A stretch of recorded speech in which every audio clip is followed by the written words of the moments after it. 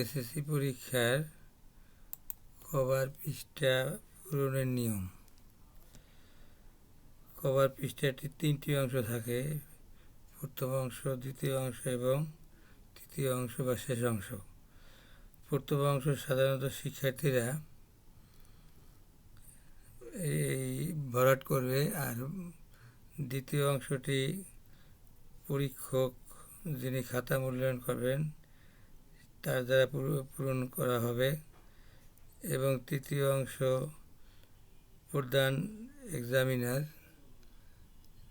তার দ্বারা পূরণকৃত হবে। কাজেই পরীক্ষার্থী শুধু উপরের অংশটাই পূরণ করবে। প্রথমত উপরের অংশের বাম দিকে পরীক্ষার নাম, অর্থাৎ কি পরীক্ষা দিবে, এসএসসি না এইচএসসি। কাজেই বাম দিকে যে এসএসসি পরীক্ষা আছে, যে এসএসসি পরীক্ষা দিবে, যেহেতু এই এসএসসি পরীক্ষার এই গোল চিহ্নটা ভরাট করতে হবে। এরপরে দ্বিতীয় অংশে থাকে হলো রোল নাম্বার। এই রোল নম্বরে হলো এই যদি একজন পরীক্ষার্থীর রোল নং 2,52,648 হয়, তখন সে এই উপরের ঘরটিতে লিখবে, যেহেতু 2,52,648, এখানে অঙ্ক সংখ্যা হলো 6টি, একক স্থানের অঙ্কটি হলো 8।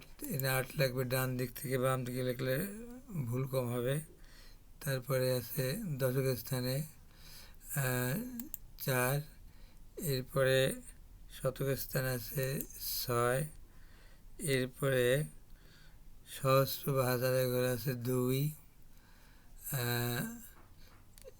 এরপরে আছে অযুতের ঘর 5, অযুতের ঘর 5, এরপর আছে লক্ষের ঘরে 2। এবারে ভরাটের বেলাও প্রথমত একক স্থানের অঙ্কটি 8 আছে, এই কলমে দেখা যায় 8 আছে এই, তারপরে এই 8টায় ভরাট করতে হবে। করার পরে এরপরে দশকের ঘরের 4 খুঁজতে হবে। 4-এর কলমে এই জায়গাটায় 4 আছে, 4 ভরাট করতে হবে।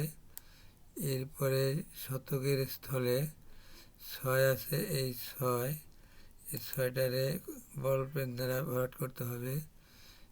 এরপরে সহস্র বা হাজারের ঘরে আছে 2, এই 2 এই কলমে এই জায়গায় আছে, এই 2টি ভরাট করতে হবে।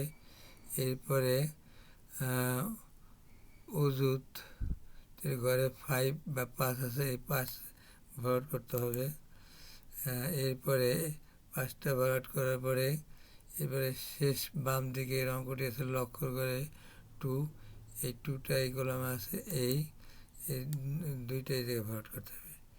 এবারে এই রেজিস্ট্রেশনের নম্বর, এই রেজিস্ট্রেশন নম্বর মনে করলাম একজন পরীক্ষার্থীর রেজিস্ট্রেশন নম্বর আছে 3,43,701। 3,43,701 এই জায়গায় লিখি সেই আগের মতো। একক স্থানে আছে 1, দশক স্থানে 0, শতক স্থানে 7, তারপরে সহস্র হাজারের ঘরে আছে 3, অযুতের ঘরে আছে 4 এবং লক্ষের ঘরে আছে 3। আর বাকি যে 1, 2, 3, 4টি ঘর আছে, এই 4টি ঘর খালি থাকায় 4টে ঘরে আমরা 0 লিখব, 0 দ্বারা পূরণ করব।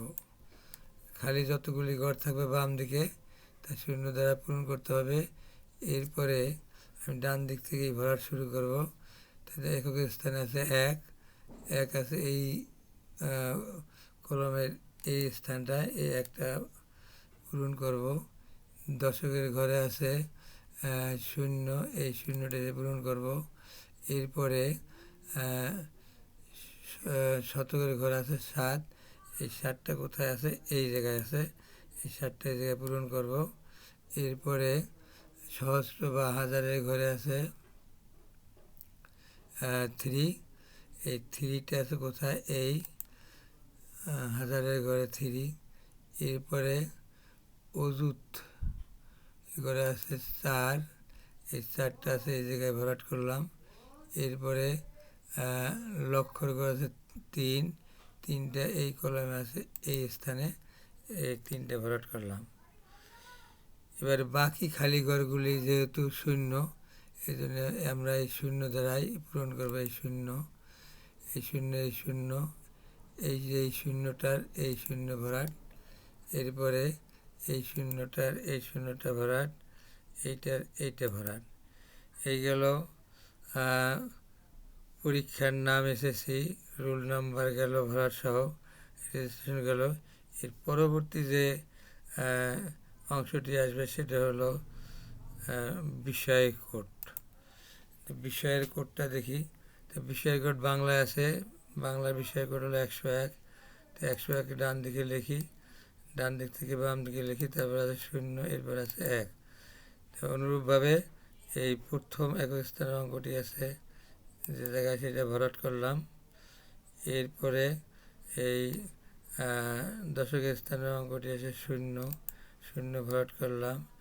এরপরে শতকের ঘরে যে ঘরটি আছে এই কলমটির একের ঘর পূরণ করলাম। এবারে আমি যদি পরীক্ষার্থীদের কয়টি এই অতিরিক্ত উত্তরপত্র নিবে সেটা অবশ্য শেষে ভরাট করতে হবে। যদি কেউ 2টি অতিরিক্ত উত্তরপত্রের নেয়, তখন সেই ক্ষেত্রে ডান দিকে এক স্থানে 2 হবে, বাম দিকে দশকের ঘরে 0 হবে। এবারে অনুরূপভাবে এক স্থানে 2 আছে, 2 পূরণ করতে হবে। অবশ্যই এটা পরীক্ষার শেষ দিকে এই কাজটা করতে হয়, যেহেতু কি কয়টি অতিরিক্ত খাতা নেবে এটা শেষের দিক দিয়ে হয়ে থাকে। এবার 0টা পূরণ করি।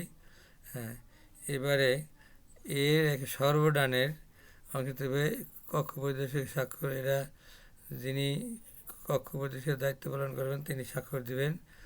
আর শিক্ষার্থীরা পারলে ভালো এই জায়গায় তারিখটা লাগবে। বাংলা পরীক্ষা যদি 10 তারিখে হয়, এপ্রিল মাসের 10/4/2025। এবার বিষয়পত্র যেহেতু বাংলা প্রথম পত্র, এবং